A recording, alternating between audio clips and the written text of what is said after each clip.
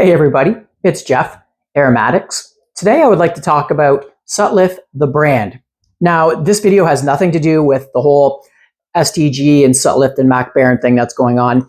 It's a series that I've been wanting to do for a while, and it's basically just an overview or my initial or just my general thoughts on different brands when it comes to tobacco blends, things like that. So say companies like Cornell and Deal, Sutliff, Gowth and Hogarth, maybe even smaller boutique places like Watch City Cigars or Four Noggins, and just give what my initial thoughts that when I first hear the word Sutliff.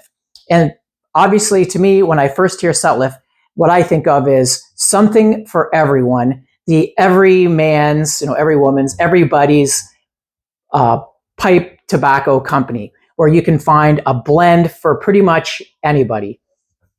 So they've got, I also initially, when I first started out, they were the tobacco company that you'd go to for any kind of aromatic you would want, especially the kind of old school, traditional kind of goopy type of aromatic. They have, you name the flavor, they seem to have it. So they'd have like strawberry Cavendish. They have, coffee flavored, creme brulee, which actually I have right here, and I'm going to probably smoke in a little bit just because it's Sutliff and I wanted to try, just smoke kind of an aromatic. But they also do another, so some of the things that they might be known for besides aromatics is their match blends. So they have also got a match for, or they try to match any kind of tobacco that has gone by the wayside or is maybe still around. I don't really know how they get away with doing, something. Well, I guess it's just their idea. I guess you can match anything when it comes to tobacco. But they've got stuff that's gone, like say Barking Dog match, or maybe walnut, maybe some old Middleton blends.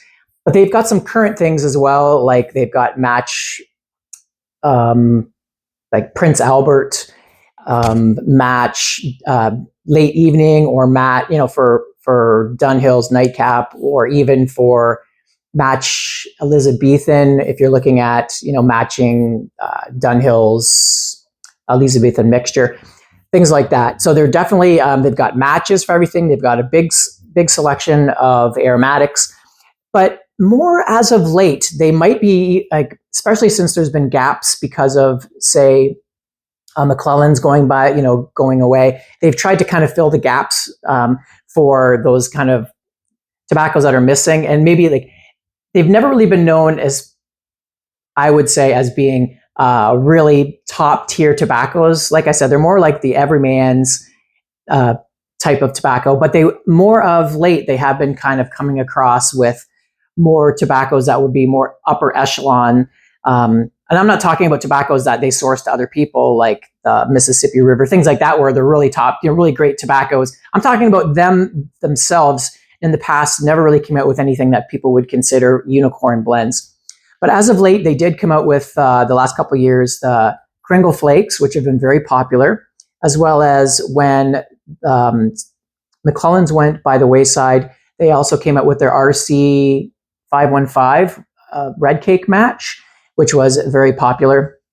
And then they've got some of their limited edition stuff, like I said, Kringle Cake, and they had their just their Sutliff version of different like bourbon barrel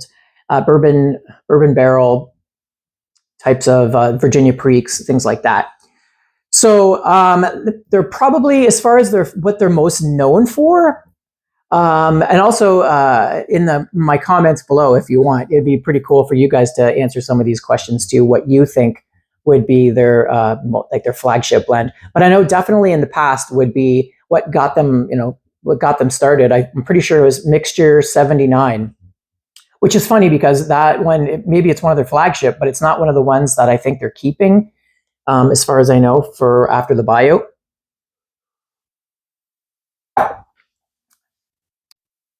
So besides Mixture 79 being their flagship blend in the past, I would say now it would be maybe as an aromatic, I think Malto Dolce or Vanilla Custard would be their two big aromatics that are probably big sellers for them, for the people that like that kind of stuff. And then as far as their Virginias, Probably their Kringle Flake, as mentioned, would be one of what they're known for, as well as maybe a couple of years ago their RC515, as well as their Virginia Flake that they have is also very cheap and very cool looking, a really nice big flake.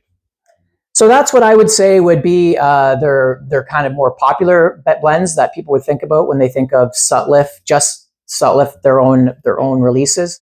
Okay, on to my top 5 favorite Sutliff tobaccos. So in at number 5 would be Sutliff Ready Rubbed, which is just a good old-fashioned kind of codgery burley blend with, I think, probably a little bit of Cavendish Virginia in there as well, and just a straight topping of cocoa. So you get that nice cocoa, burley. It's a classic mix. You get a little bit of cedary walnut hits every once in a while. It's just a great, all around, sweet yet nutty yet cocoa-y type of burley. There really isn't too much to say about it. It's just kind of a classic mixture, and it's pretty well done. And I really like the kind of chunky, cubey type of cut that it has. So in at number 4, that would be Duke Albert. Now, Duke Albert is, of course, if you can tell by the name, a match for Prince Albert. And to me, it doesn't really taste much like Prince Albert. It tastes more darker and more molassesy and cocoa-y. It's just got a darker taste to it, but it's still kind of got a really nice sweetness as well. To me, it's sort of my poor man's Stonehaven. To me, it's got that kind of Virginia burley, dark kind of flavor. Of course, it's not in the same league as Stonehaven, but it does kind of hit the same spots when that's when I'm in the mood for that, and I don't want to dig into my precious stash of Stonehaven or Rich Dark Flake.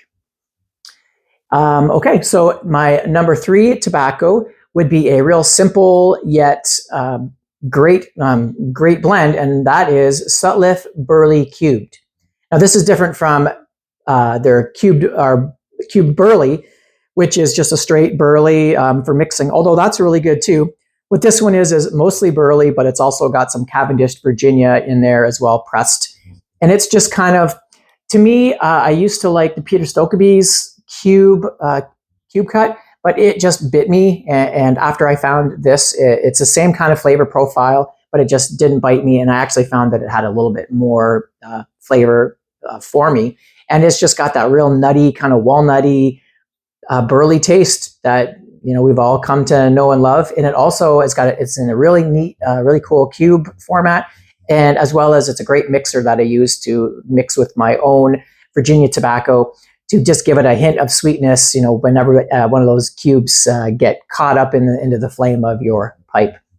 So that is Burley Cubed by Sutliff. And so number 2 would be number 2 and number 1 are kind of tied, because one of them I think I probably like better overall, but the other one has a nostalgic thing for me because it was one of my first tobaccos in the genre. So we'll start with the other one, and that would be Sutliff's Voodoo Queen.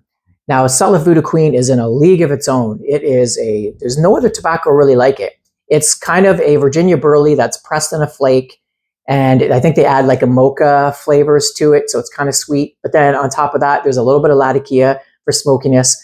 But what really is what throws it over the edge and makes it so good is a high amount of perique. So you've got sweet, and you got spicy, and you got smoky. It kind of hits all those spots where if I'm in the mood for something sweet, but I want some spice, I don't want something mild, but I want some smoky. It's got it all. It's a really unique blend. It doesn't bite me. I really like it. There's nothing, like I said, nothing like Voodoo Queen. And number 1, probably because it's just very nostalgic to me, and that is Match Victoria, or Elizabethan Match, which is, of course, a match for Peterson or Dunhill's Elizabethan. It is a Virginia perique with a little bit of Cavendish in there as well. And it is just, what is special about that is it was the first Virginia perique that caught my attention. I was out fishing one day, and I was smoking an aromatic. It started biting me, and then I just had this Virginia perique, Elizabethan already packed in a pipe. I wasn't really thinking I was going to like it. I started smoking it, and after a while, it just clicked. I was like, well, this is what a Virginia Perique is. I really enjoyed it.